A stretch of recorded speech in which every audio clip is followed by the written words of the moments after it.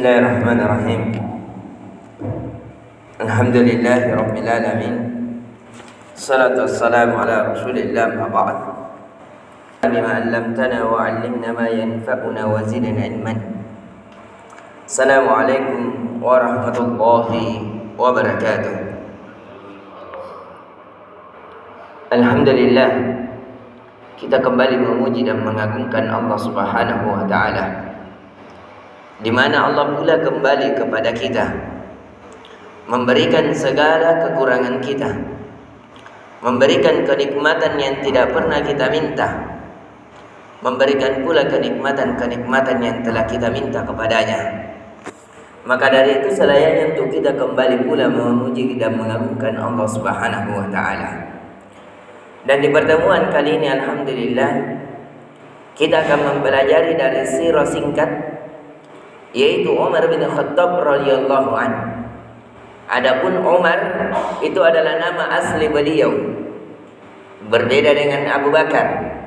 Abu Bakar adalah kunyah, yang nama aslinya adalah Abdullah. Adapun Umar bin Khattab, biasa beliau digelar dengan Abu Hafsin, yaitu bapaknya Hafs, karena beliau memiliki anak yang namanya Hafsah. Anak beliau ini juga menikah dengan Nabi sallallahu alaihi wasallam. Jadi kedudukan Umar bin Khattab di sisi Nabi sallallahu alaihi wasallam sama. Mereka berdua sama-sama sahabat Nabi. Sahabat itu man amana bihi. Jadi sahabat definisinya adalah malakiyan Nabi. Siapa yang bertemu dengan Nabi sallallahu alaihi wasallam wa amana bihi, dan dia beriman kepadanya, bukan hanya bertemu, karena ada di antara di sana yang bertemu dengan Nabi tapi tidak beriman dengan Nabi, maka dia tidak dikategorikan sahabat Nabi. Wa mata alaih, dan dia mati di atasnya. Jadi dia ketemu dengan Nabi, beriman dengan Nabi hingga akhir hayatnya. Karena ada di sana ketemu dengan Nabi, beriman dengan Nabi, tapi sebelum kematian datang kepadanya mereka murtad, sehingga dia tidak dikategorikan sahabat. Mengapa? Karena seluruh sahabat dijamin masuk surga. Seluruh sahabat dijamin masuk surga. Allah telah ridho kepada mereka, dan mereka adalah generasi yang terbaik yang berada di muka bumi. Jadi Allah ridho kepada mereka, radhiyallahu anhum wa radu an. Allah ridho kepada mereka, dan mereka pun ridho Allah sebagai Tuhan mereka. Dan di pertemuan kali ini kita akan kembali bahwasanya mengingatkan bahwa Umar adalah nama aslinya Umar bin Khattab.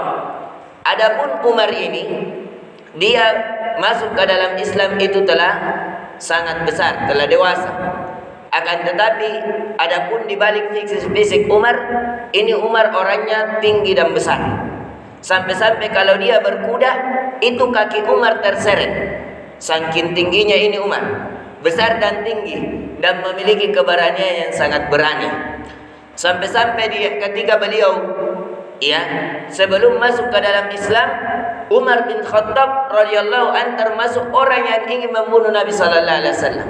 Tapi dia berada dalam kabilah yang rendah, kabilah yang tidak terlalu dipandang, dan dia memiliki kekayaan yang terbatas, sampai digelar Al-Khattab.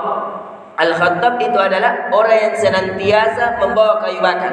Karena Umar bin Khattab dari suku Adi, dan dia termasuk orang hanya dipekerjakan. Jadi Umar, pekerjaannya di masa hidupnya, beliau senantiasa bekerja unta, seperti merawat unta, memandikan unta. Dan tapi ada istilah-istilah lain yang saya lupa istilahnya, yaitu ada seperti diberikan tanah ketika di pagi hari, dan ketika sore hari dicarikan makan. Dan Umar bin Khattab di antara juga pekerjaannya adalah mengumpulkan kayu bakar untuk orang-orang kaya di sekitar Mekah, kemudian diberi jasa darinya. Umar bin Khattab radhiyallahu an, sekali lagi kita ingatkan kedudukannya bersama kedudukan Abu Bakar, bahwasanya dia adalah sahabat Nabi, dia adalah bapak mertua Nabi, anaknya menikah dengan Nabi sallallahu alaihi wasallam, dan Umar bin Khattab radhiyallahu an menggantikan Abu Bakar.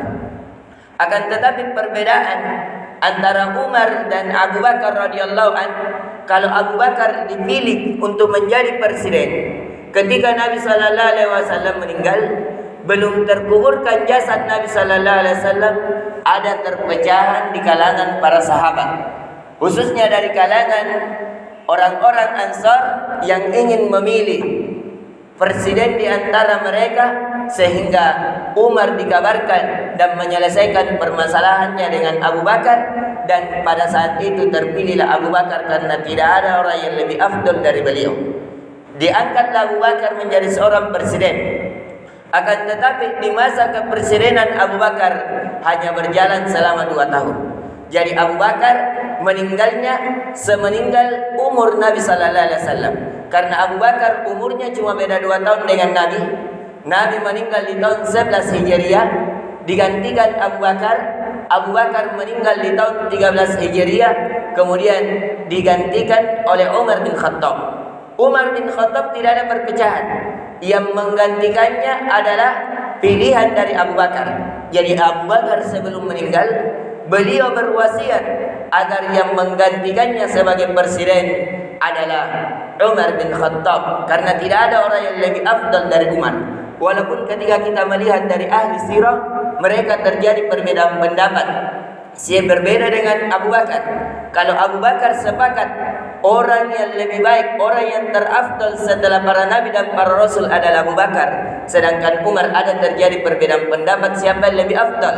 Apakah Umar atau Utsman atau Ali atau dan selainnya dari orang-orang yang dijamin 10 sahabat yang dijamin masuk surga.